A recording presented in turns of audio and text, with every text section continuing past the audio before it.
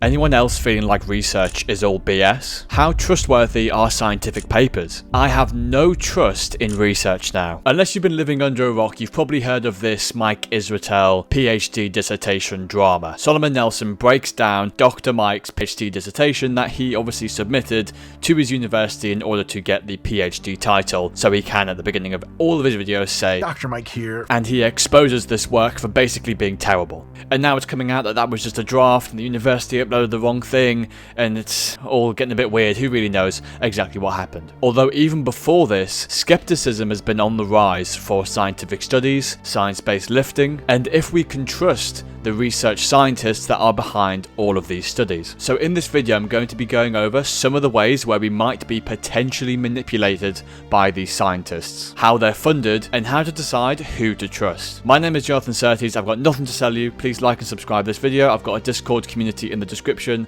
Please join that if you want to be around more like-minded people. If you're in the UK, I'm sure you've heard of someone called Joe Wicks. He's basically a fitness influencer that blew up during lockdown. And I'm also sure you've heard of someone called James Smith, popular personal trainer. Now he's like an online fitness influencer and he has coaching programs. I was watching this video on James Smith talking about Joe Wicks, talking about sugar, and he was doing a criticism on what Joe Wicks was saying about sugar. This is when James Smith pulls up an article. Your Coke Zeros, the sweeteners in there are going to, and I'm pretty sure, again, we've got a lot of evidence. Non-nutritive sweetened beverages versus water after a 52-week program. And we see here, participants consuming water maintained a weight loss of 6.1 kilograms over a year versus 7.5 kilograms.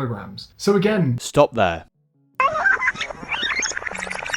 Did you see that? After a 52-week program. And we see here... In this particular article that James pulls up to prove that Coke Zero helps with weight loss, the PubMed page that he's using actually has more text dedicated to the conflict of interests behind the study than the actual study itself. I found the study that he was using and I went through it myself, and the results will shock you. Now, just for the record, I'm not saying that Mike Israetel has been ideologically captured or that James Smith is just some evil guy. I'm just trying to make a criticism on the general state of scientific studies and using the study that James Smith referenced because it jogged my mind when I was watching the video. So where is their funding coming from and why is it a conflict of interest? The entire team behind this study have all been funded by the American Beverage Association. This is a huge US trade and lobbying group who are comprised of some of the biggest beverage companies in the world. I'm talking Coca-Cola, Pepsi, Red Bull. All of these people donate or contribute in some way or another to this association. Even with one of these researchers getting some financial aid from DuPont and Mars being the company where literally if you go to a corner shop in the UK, almost everything in there that is recognizable and popular is Mars, Maltesers, like I think even Skittles or something like that. There's so much owned by Mars, there's so much owned by Coke, there's so much owned by Pepsi. These people have a lot of money to throw around. Conflict of interests developing favourable outcomes for whoever paid for the study isn't a conspiracy theory. It's something that's generally and widely accepted in the scientific world and is a well-known issue. If I pay a lab £1 million to study my supplement's effectiveness on muscle growth compared to some other supplement, the unfortunate truth is it is more likely to come back to me with a favourable result than an unfavourable result. There have even been studies on studies about this very topic, finding that studies that are funded by industry are 89% likely to generate a favourable outcome for the sponsor that has funded the study. Now, what I don't want to do is demonize all of these research scientists. The truth is these people have a job. This is probably their way of making money. One of these scientists, for example, may have a mortgage to pay. One of them may have to pay off some sort of medical bills. And there's only so many ways that these labs can actually get any funding whatsoever. You can either get it direct from companies, you can get grants from universities, and you can get government grants, and then less likely is crowdfunding and philanthropic. These are the main ways that labs get funding. And as I say, it very well may be that the lab is going under and they had to take this money. Or someone needed the money and they just had to go along with this operation. I don't know, and I'm actually not trying to accuse the people who did this study. I'm just making an observation on the landscape itself. In the US especially, labs are cornered with conflicts of interest everywhere they look. You want to take a grant from a company? Well, you better make sure that it's favourable because they might not give you any more.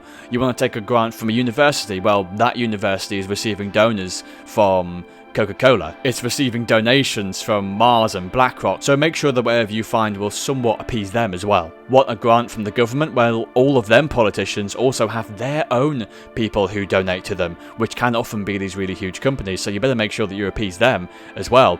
Even so, like, if we're talking about Republican versus Democratic, for example, if we're talking about the US, better make sure that it's something that supports the Republican way or the Democratic way, and whatever views that they're having, because they might not want you to do any more, and then they have the power to stop you. Even with philanthropic and crowdfunding grants, there can still be a level of bias that is associated with that. For example, what if the vegan society band together to do some kind of research on soy, and you have to do it, and it's like, well, all these vegans have basically said, oh yeah, do this on soy. It's going to feel as though you're turning your back on them if you were to say it's bad. You want to kind of give them what they want. I think it's important to remember that just like Mike Israetel's PhD dissertation, the science world is not perfect. It might seem squeaky clean.